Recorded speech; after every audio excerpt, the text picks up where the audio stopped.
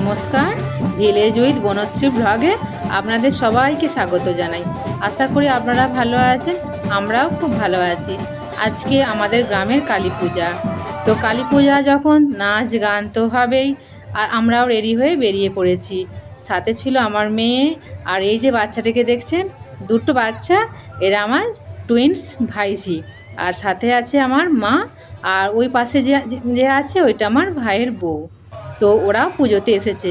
আর দেখুন পুজোটা কিভাবে নষ্ট হয়ে যাচ্ছে, সেই বৃষ্টি, শুধু বৃষ্টি, শুধু বৃষ্টি। আর আমরা রাস্তায় যাওয়ার সময় বৃষ্টিটা পড়েছিল যেহেতু, আর আমরা এর ভেতরে দাঁড়িয়েছিলাম। এত বৃষ্টি হচ্ছে যে কিছু করার ছিল না, এর ভেতরেই আমরা দাঁড়িয়েছিলাম। আর তারপরে দেখি না মাকে নিয়ে চলে এসেছে, মায়ের গায়ে গয়না পরানো হচ্ছে। তো জানেন বন্ধুরা, আমাদের এখানে যে কালী পুজোটা হয় না, মাকে সেদিনই তো মানে রাত সন্ধ্যাবেলা মায়ের মূর্তি তৈরি করা হয়, মানে সঙ্গে সঙ্গেই মূর্তি বানিয়ে মায়ের পূজা করা হয়। শুধু কালী নয়, তার সাথে মা মনসা, মা শীতলারও পুজো করা হয়। আর মা শীতলা আর মা মনসার পূজাটা হয় দুপুরবেলা থেকে সন্ধে পর্যন্ত। আর কালী পূজাটা হয় রাত 12টার পর থেকে ভোরবেলা পর্যন্ত।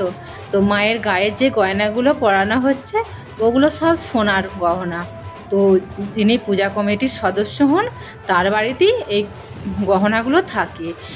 তার বাড়ি থেকে বাজনা করে অনেক লোকজন নিয়ে মায়ের গহনাগুলো নিয়ে আসা হয়। তখন খুব ভালো লাগে, এত মানে মনটা শান্তি লাগে।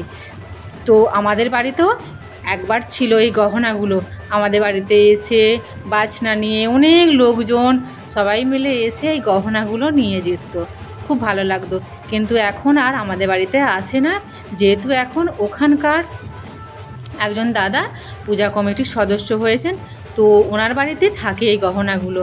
তো সবাই মিলে মায়ের গহনাগুলো পরিয়ে দিচ্ছেন।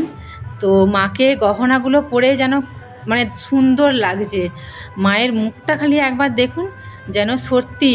আর মাকে বলছি যে মা, সবাইকে তুমি ভালো রেখো, শান্তিতে রেখো, সুখে রেখো, সবার বিপদ আপদ তুমি কাটিয়ে দাও। আর মা শীতলা আর মা মনসার পূজাটা হয়ে গেছিলো, এখন তো রাত্রিবেলা, ওই জন্যে বাকি আছে মা কালীর পূজা। তো ভোরবেলা আবার পাঁঠা বলি দেওয়া হয়। পূজাটা হয় 12টার পর থেকে ভোর পর্যন্ত। আর আমরা গেছিলাম তখন 9টা মতন বাজে। তো একটু থাকবো, তারপরেই চলে আসবো। কিন্তু বাইরে এত বৃষ্টি হচ্ছে, মানে লোকজন খুব যে বেশি ছিল তা নয়, কম ছিল। প্রচণ্ড বৃষ্টি হচ্ছে, তো তার জন্যে বেশি লোক যেতে পারেনি, অল্পই লোকজন ছিল। আর আমাদের যেতেই হতো, কেননা পূজা দেওয়ার ছিল, তো ওই জন্য আমাদেরকে যেতেই হতো। তা ভাইঝিদেরকে বললাম, তবে তোরা বাড়িতে থাক, আমরা যাই বড়রা। ওরা তো বায়না করছিল যাব করে। আর বন্ধুরা জানেন, ওরা কোনো দিন আমাদের বাড়িতে পূজার সময় আসেনি, মুখে শোনে। এবার বলছে পিসিমণি তোমাদের বাড়ি যাব, তো সেই জন্যে ওরা এসেছিল, ওরা সেই দিনই এসেছিল। তো ওরাও দাঁড়িয়ে দাঁড়িয়ে দেখছে মাকে কিভাবে সাজানো হচ্ছে। আর এই যে পাশে মা শীতলা, আর তার পাশে আছেন মা মনসা। তো ওনাদের পূজা তো হয়েই গেছে, এবার কালী পূজাটা বাকি আছে। আর যেহেতু সোনার গহনা একটু ভালো করেই পরাতে হয়, আর মানে মুক্ত পাথরে সোনার ওপরে মুক্ত দেয়া আছে। মায়ের মুকুট, মায়ের গলার হার, মায়ের কানের, হাতের বালা, সমস্ত কিছুই সোনার।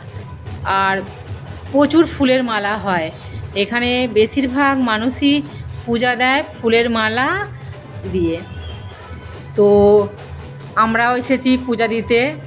আজ মায়ের গহনা পরানো হচ্ছে বলে আমাদেরকে ভেতরে ঢুকতে দেয়নি।